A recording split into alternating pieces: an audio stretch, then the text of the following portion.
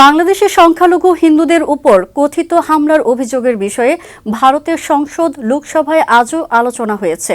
শুক্রবার ভারতের পররাষ্ট্রমন্ত্রী এস জয়শঙ্কর বাংলাদেশ পরিস্থিতি নিয়ে সংসদে বিবৃতি দিয়েছেন। তিনি এতে বলেছেন, বাংলাদেশের সংখ্যালঘুসহ সকল নাগরিকদের সুরক্ষা নিশ্চিত করার দায়িত্ব ডক্টর মোহাম্মদ ইউনূস নেতৃত্বাধীন অন্তর্বর্তী সরকারের। লোকসভায় সংসদ সদস্যের প্রশ্নের জবাবে জয়শঙ্কর বলেছেন, ভারত সরকার এসব ঘটনার বিষয় গুরুতরভাবে বিবেচনায় নিয়েছে এবং বাংলাদেশ সরকারের কাছে দিল্লির উদ্বেগ জানিয়ে দেওয়া হয়েছে।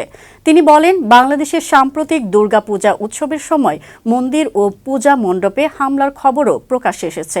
এ হামলার পর বাংলাদেশ সরকার শান্তিপূর্ণভাবে দুর্গাপূজা উদযাপন নিশ্চিতে সেনাবাহিনী ও বর্ডার গার্ড বাংলাদেশ মোতায়েন সহ বিশেষ নিরাপত্তা ব্যবস্থা গ্রহণের নির্দেশনা জারি করেছিল। ভারতের এই পররাষ্ট্রমন্ত্রী জোর দিয়ে বলেন, সংখ্যালঘু সহ বাংলাদেশের সকল নাগরিকের জীবন ও স্বাধীনতা রক্ষার প্রাথমিক দায়িত্ব বাংলাদেশ সরকারের উপর বর্তায়।